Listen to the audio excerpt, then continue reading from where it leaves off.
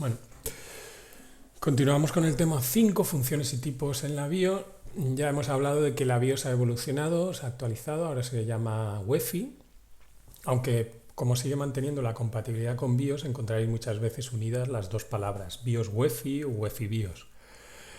Es decir, que bueno, que ya desde este año 2020 Intel ha previsto dar carpetazo, como dice aquí, bueno, ha previsto ya dejar de utilizar la compatibilidad con BIOS y adoptar el modo UEFI 3, donde, bueno, pues, bueno, realmente no lo quita totalmente, pero sí que quiere ya que UEFI sea totalmente el único estándar y no haya esa compatibilidad. Eso hará que cierto hardware a lo mejor no funcione, pero sea cierto hardware muy antiguo o cierto software. Y como dice ahí, pues 20, 40 años de BIOS tradicional que ahora pasa a ser el UEFI 3. Que tiene distintas clases dentro del UEFI 3 y la UEFI Class 0 es esta Legacy BIOS, la compatible, y aquí va introduciendo nuevas mejoras en las distintas clases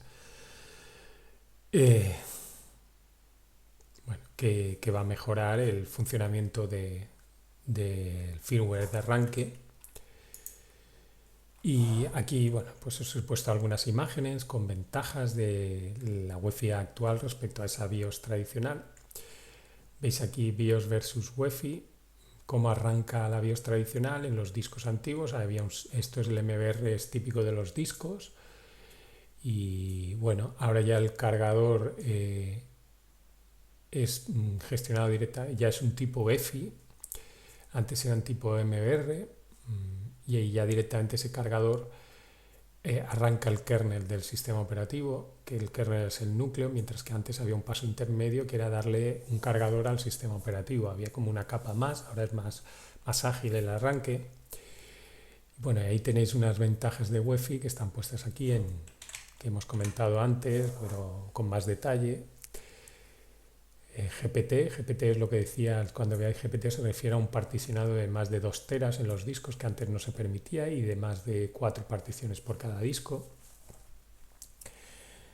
Y bueno, limitaciones que había antes respecto a la arquitectura del PC pues se han eliminado. El Secure Boot, que se utiliza mucho, que es importante. Cuestiones de red que permiten el arranque a través de la red también. Bueno, y a través de iSCSI permiten también un arranque.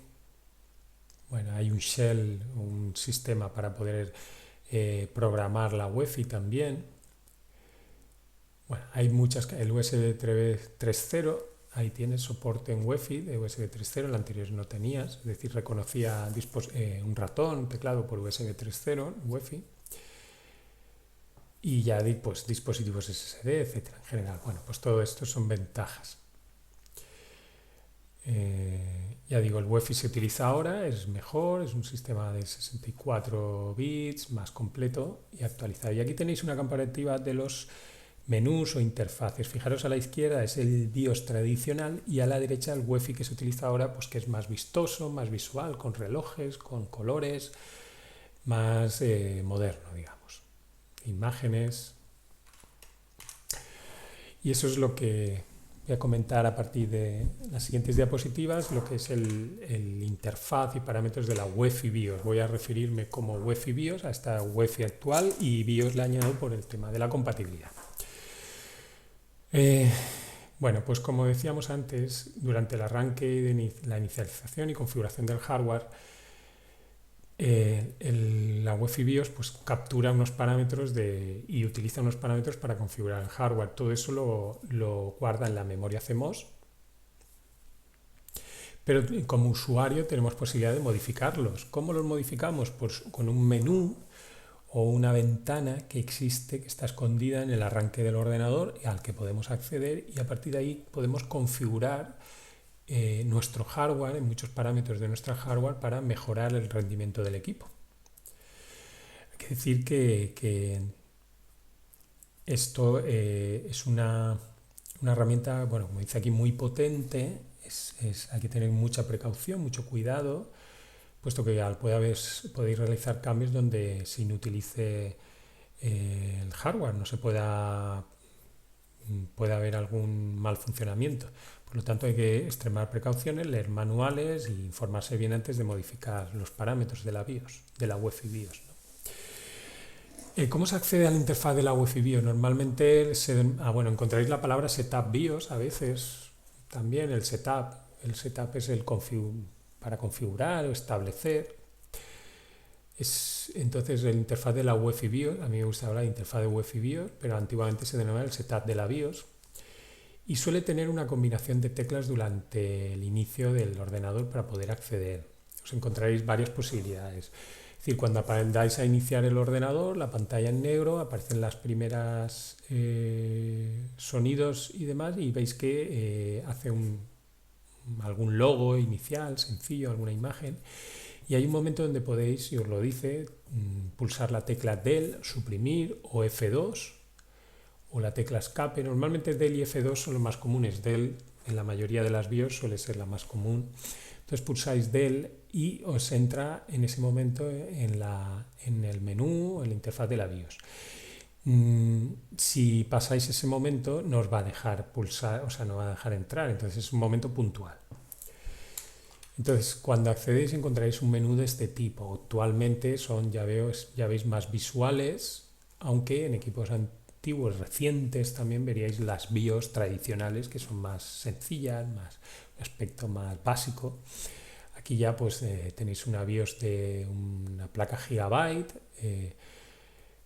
bueno, pues una BIOS de Asus, de MSI. Ya fijaros, son bastante completas en la información, en el aspecto.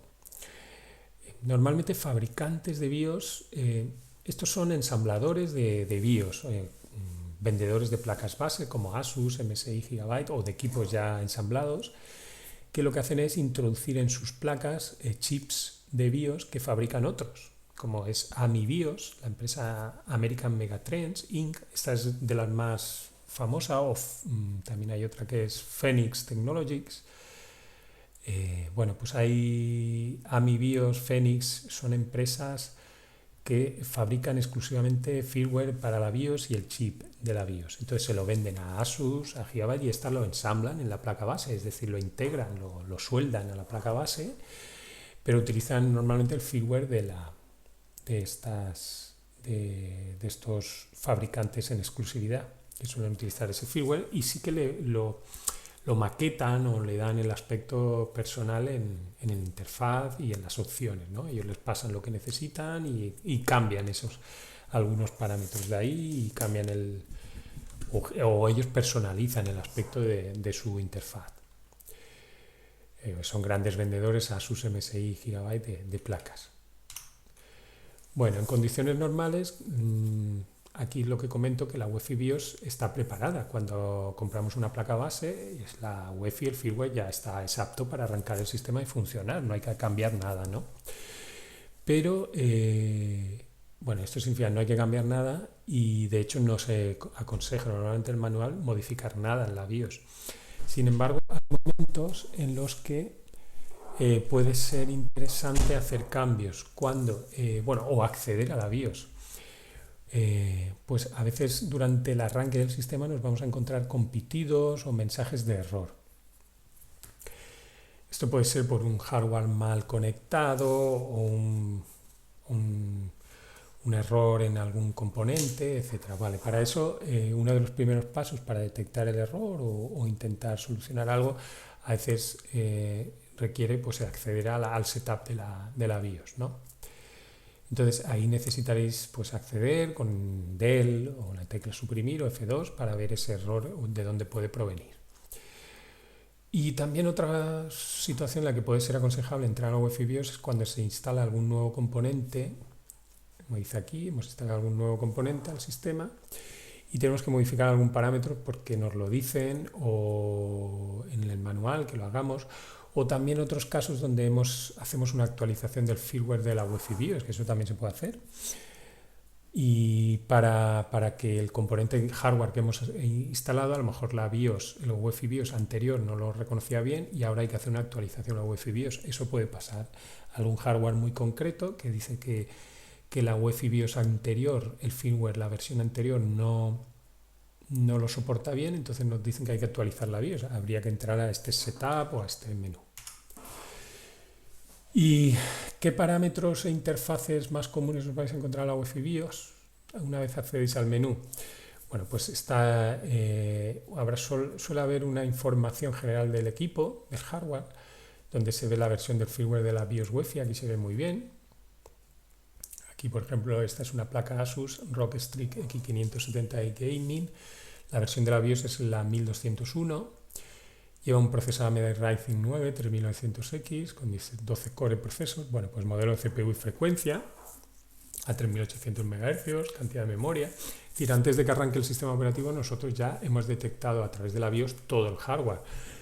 La memoria que tenemos, los discos aquí, Storage Information son los discos, las tensiones a las que funciona la CPU, la temperatura de la placa base. Esto es importante, la temperatura. Si encontramos nada más arrancar, o la temperatura de la CPU, tenéis aquí 48 grados, si nada más arrancar encuentras temperaturas por encima de 60 grados, lo normal es que la CPU tenga algún problema de disipación térmica, es decir, que el sistema de refrigeración no esté bien conectado o no sea correcto, y esto habría que corregirlo antes de seguir arrancando. Bueno, aquí sistemas de tuneado, esto es para decir que está en un modo, en un perfil. Las BIOS estas tienen ya perfiles creados, entonces puedes cargar el modo normal o aquí podemos cambiar a otros modos, pues para según el tipo de aplicación que queramos hacer. Si queremos hacer juegos o queremos utilizar otro tipo de programas, ellos pueden optimizar un poco los parámetros de la BIOS, ¿no? Aquí tenéis fans, son ventiladores, si hubiera las velocidades de revoluciones por minuto a lo que trabajan los ventiladores. Este, por ejemplo, PCH fan sería de la placa y este sería de la CPU. Ahí veis las velocidades y según el tipo de ventilador, pues ya sabréis que está funcionando bien o mal. Gráficas y demás. Está muy bien, vamos. Aquí aparecen los discos, Windows Boot Manager. Bueno, este es el arranque. Os está diciendo que arranca en primer lugar a través del Samsung SSD 960 Pro, o también tiene opción de arrancar a través de Kingston Data Traveler un segundo disco, que puede ser un USB. Entonces puedes configurar ahí el orden de prioridad, que eso comentamos luego, que es que primero busque arrancar de este, y si no está un sistema operativo ahí, que busque el siguiente. Sabéis que la BIOS o la UEFI BIOS se encarga de arrancar el sistema operativo.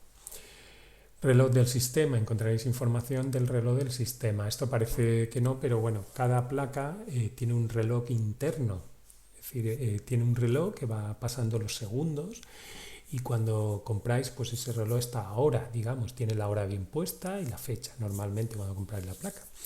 ¿Qué ocurre? Cuando se agota la pila, por ejemplo, de la CMOS, esa fecha y hora se pierde, se suele perder, porque claro, está puesta a hora, pero la fecha y hora se calcula a partir de una fecha inicial, entonces tú luego la cambias, la pones ahora, pero al perder el reloj, al agotarse el reloj, la pila, perdón, digamos que vuelve a la hora inicial, que es una hora que tiene y una fecha que está fija inicial, que no es correcta, entonces se os quedaría mal. ¿Qué pasa cuando la BIOS o la UEFI BIOS tiene mal la fecha y hora? Que deja de funcionar bien el sistema operativo a veces, porque a veces hace consultas en esa fecha y hora del sistema, entonces esto puede ser problemático. Es decir, Windows, si no tiene acceso a Internet, no puede actualizar la fecha y hora del sistema, utiliza la de la BIOS. Entonces ahí pueden crearse problemas de que se pierda la fecha y hora en el sistema operativo. Entonces es importante que conozcáis dónde está situado esa fecha y hora para tenerlo siempre a una fecha y hora correcta. ¿De acuerdo? Y eso lo encontráis en las opciones de la interfaz. Los arranques, en lo que hablábamos antes, el Boot Device Priority. El Boot Device Priority es eso que veis aquí, en donde lo que ocurre es que la BIOS UEFI, sabéis que cede el control al sistema operativo, es decir, busca el sistema para arrancar y va a buscar, si tenemos de varios dispositivos de almacenamiento, un disco un SSD, un disco mecánico, un CD-ROM o DVD-ROM, un SSD, un USB. Bueno, pues la BIOS UEFI hay que decirle en qué orden busca, porque tú le puedes decir que busque en un disco el arranque, pero también puedes decirle que no busque en ese disco si quieres arrancar con un DVD. Entonces tienes que decirle arranca primero con el DVD, porque si no le dices que arranque con DVD, él irá a arrancar siempre de disco. Por ejemplo, en una instalación que queremos hacer con DVD, arrancar desde DVD. Entonces eso él no lo va a hacer si no se lo pones, que coja un sistema desde el DVD, no desde el disco duro. Eso es un típico en las instalaciones iniciales.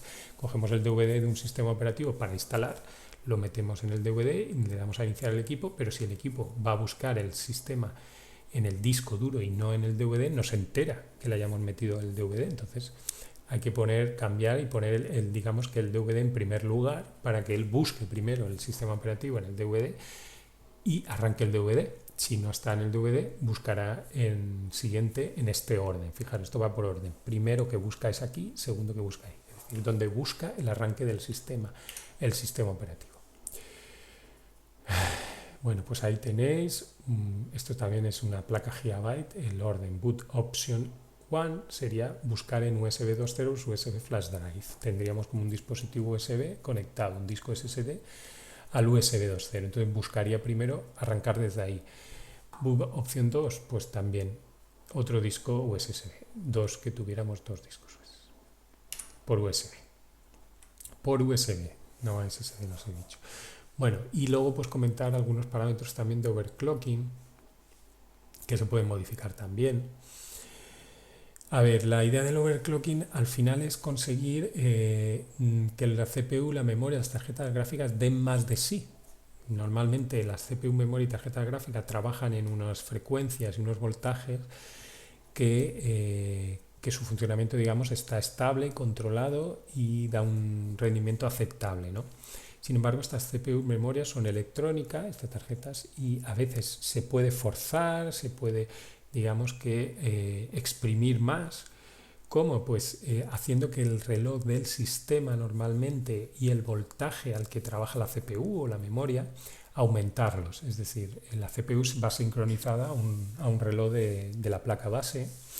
Si ese reloj, ese clock, acordaros que vimos que es un parámetro, es una característica importante, ese reloj al que se sincroniza a esos megahercios, pero dice aquí, las CPUs pueden soportar mayor velocidad de funcionamiento si hacemos que aumentamos la referencia en megahercios de la CPU, podemos hacer que la CPU vaya a más velocidad. Es decir, una CPU a lo mejor puede soportar un overclock del 20%. Esto significa que si a lo mejor aparece que su megahercios, o sea, su reloj de funcionamiento es 3200, pues un 20% son 3200, estamos hablando de un 20% más, 3840.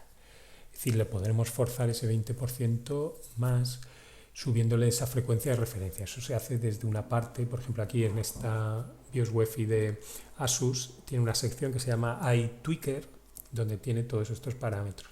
Entonces, bueno, pues ahí CPU Core Ratio, ahora habría que ver Custom CPU Core Ratio.